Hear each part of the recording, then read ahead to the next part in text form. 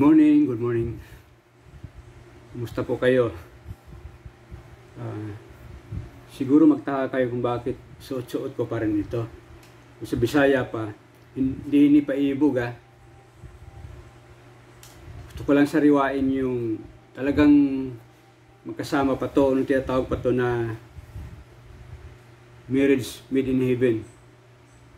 Pero ngayon, marriage for convenience na lang yan. Yan ang pag-usapan natin ngayon tungkol kay BP Sara. Pero bago yan, pag-usapan natin itong yung pinasabog ni Tulfo. Hindi naman niya sinabi na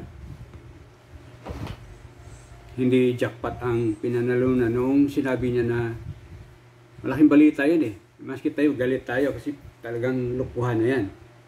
Hindi naman maano kasi kahit na nung panahon ni PRRD, may nangyari din mga ganyan. Kaya nga pinastigil niya ang operation niya noon Mabuti at ng isang buwan yun. Kasi meron nga rin mga anomalya. So kung sinabing 20 times nanalo within 1 month, kalukuhan yan. Akala natin jackpot yun. Inilinaw ngayon ng PCSO kasi di naman tayo nanunugal, ayaw natin yung sugal.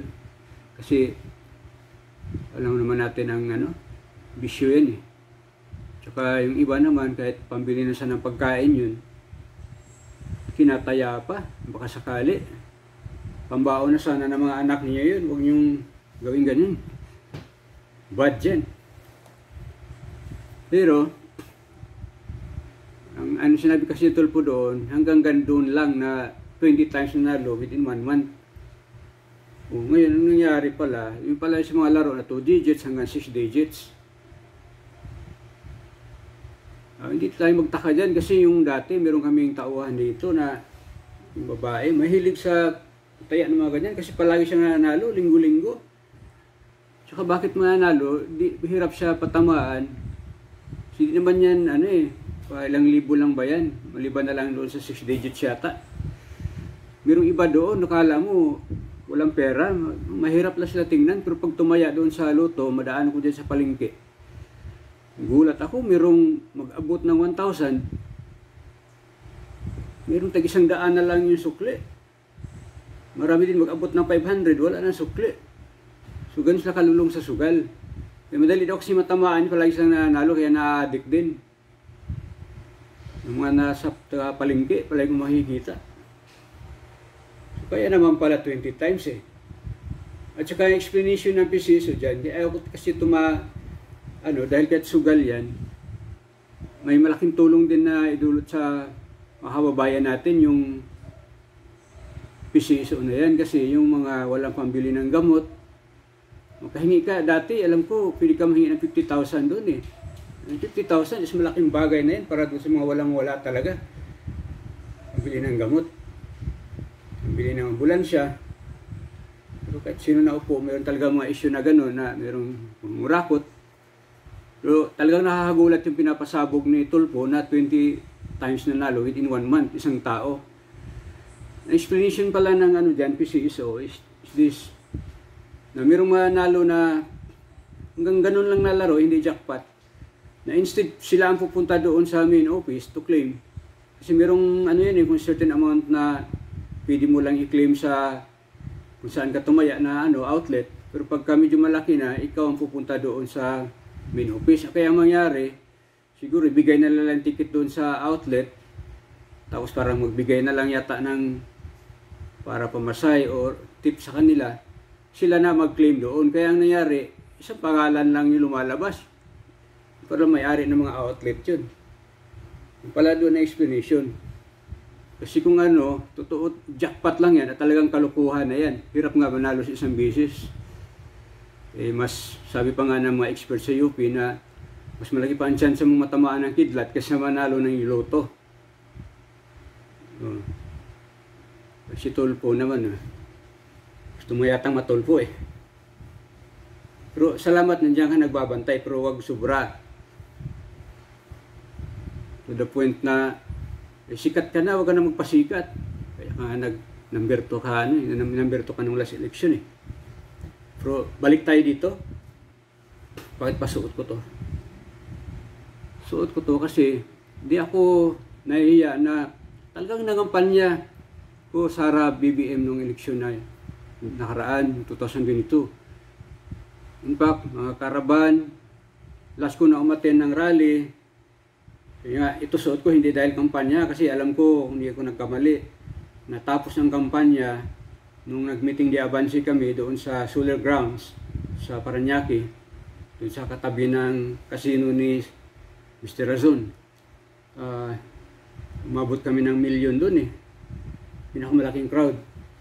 Tapos May 7 yata yun. Kasi May 9 election. So 1 day pahinga. May 7, 2022. Doon kami. Talagang pinaglaban namin to.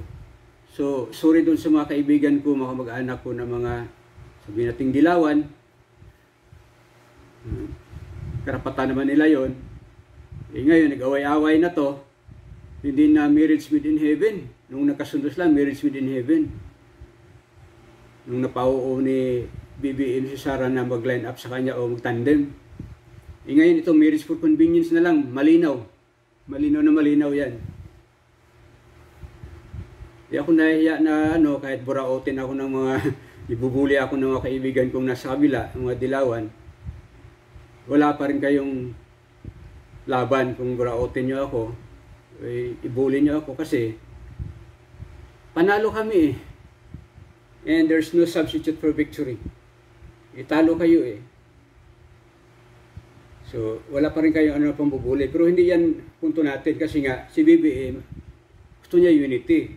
In fact, dahil sa gusto niya unity, maraming ang iba dyan na gustong maupo doon sa, yung lalo na yung nagbilangan pa lang nung canvassing pa lang, first day o yung gabi talaga nung bilangan na mga alas 7, ang laki na ng lamang na parang ma-establish mo na panalo na talaga nationwide. Yung mga ibang vloggers nga nandoon na sa headquarters dyan sa EDSA eh.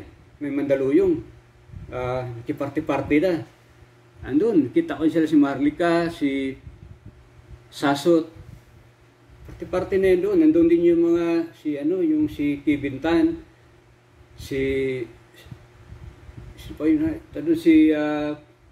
yung presidential advisor sa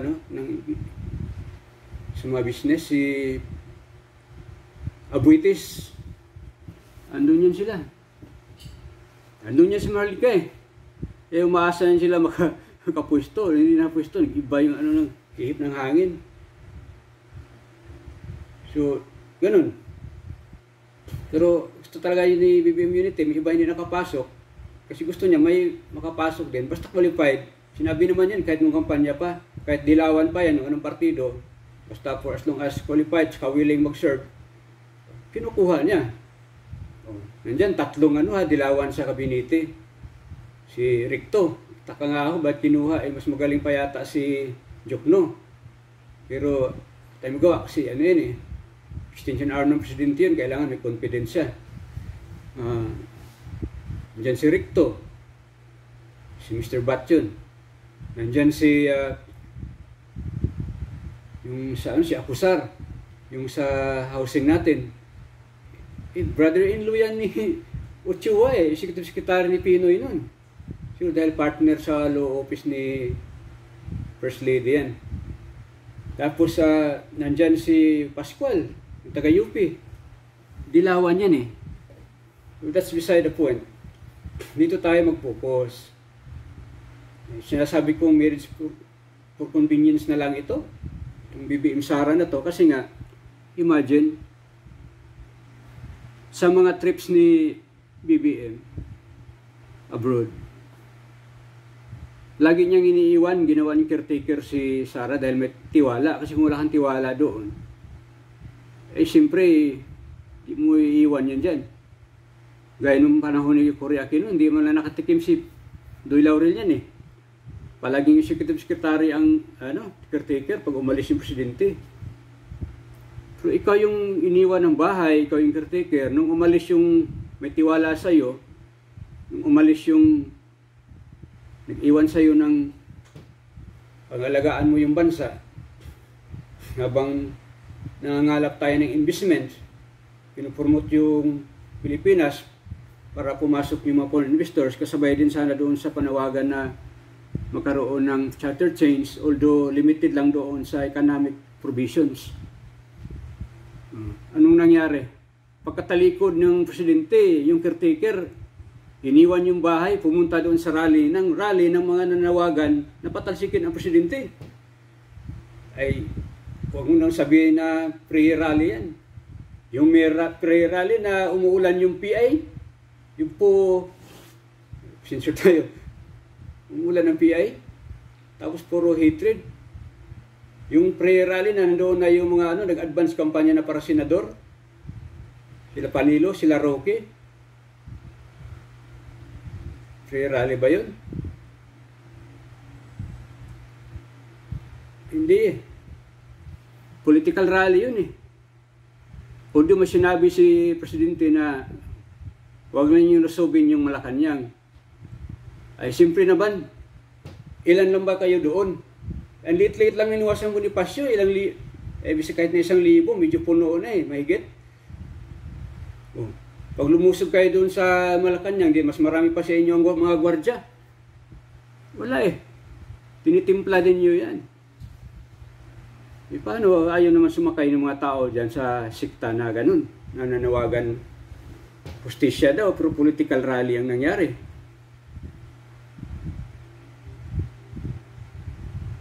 PRRD naman, marami mga sinasabing mabigat. Mamaya-maya, bawi. Iba na naman ang kwento. Iba na naman sinasabi. Pag walang ibang dahilan, sabihin na lang joke.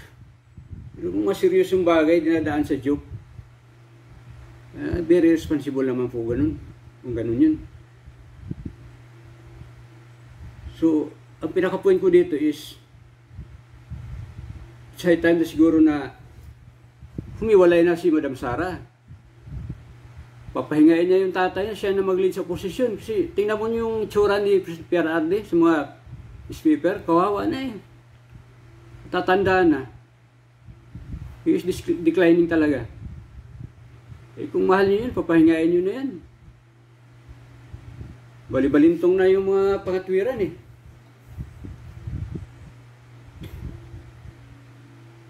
Lead Sara lead na lang sa posisyon. Malaki din naman chance ang mananalo yan. Leading naman yan eh. Pero yung magtatago pa, ano ba yan? Nagkahiyaan na lang pagtanggal? Siguro dapat na siyang humiwalay sa gabinete. Ramdam niya yun, nakakahiyaan na. Ewan ko lang kung di siya nangangati doon pag umupo, makatabi niya, mga loyal spirit, tapos siya merong duda. Kasi yung pamilya Panay Banat, na hindi naman niya dinidipinsa yung pangulo niya.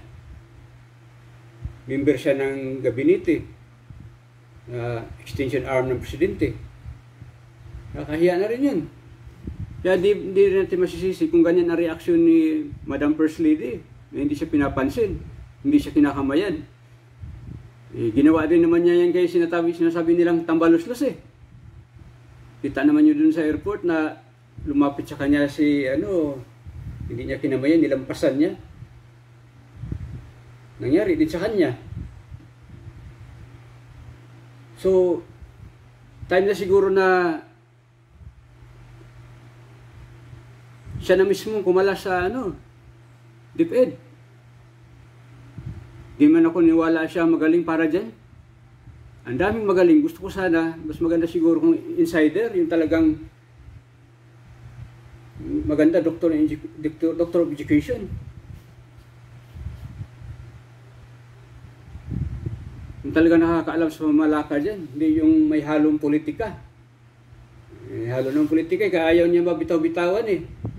Kasi yan yung pinakamalaking budget sa lahat na department. Tapos maraming human resources.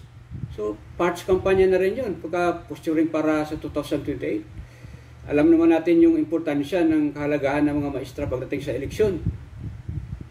Pati rin yung sa mga estudyante pag malapit ka. Matunog yung pangalan mo. Kaya nga nung graduation dito banda sa amin, saka sa ibang lugar, ang pabango, namimigay ng budget para pang lechon manok bawat graduate. Laking bagay, simple lang yun, pero part of pangampanya yun. So dapat siguro dahil di naman talaga magandang ginawa mo eh. Kung may delikadisa ka talaga, being the caretaker na umalis yung presidente, kung may delikadisa ka talaga, di ka sana dapat pumunta doon sa ano. Kahit magbigay ka ng statement, suportado mo si Kibuloy, dahil nakautang, marami din utang loob niyo doon eh. Ginagamit ni PRRD nung kampanya yung jet niya at saka yung helicopter. Iba pang mga resources. Yung station niya. So, sige, di kayo ingrato, bayad yung utang loob. But the fact na ikaw yung caretaker, pinakatiwalaan ng presidente, kung may delikadisa ka, dapat di ka pumunta doon sa rally na nananawagan na pababain ng presidente, na patalsikin ang presidente, na binabanatan ang presidente. Inisip mo ba yun bago ka pumunta doon? Member ka ng gabinete, caretaker ka. Eh, madam, is this marriage for convenience na lang? Tumayo na lang kayo doon sa posisyon. Maraming magaling sa tingin ko na dapat humawak niya sa DepEd na walang halong politika. Na talagang may background dyan sa pagpatakbo ng Department of Education. Kaya kung may delikadisa kayo, di dapat nyo ito ginawa eh. Pero mo caretaker, umatin ka sa rally ng mga nanawagan ng pagpababain, patalsikin ang presidente. Ito po yung tanong ko. At dito ko tapusin yung vlog ko sa araw na ito. May delikadisa pa po ba kayo? Kung meron po, mag-resign na po kayo. Hindi na kayo bagay dyan. Yan lang po mga kababayan. Maraming salamat at saka good morning once again.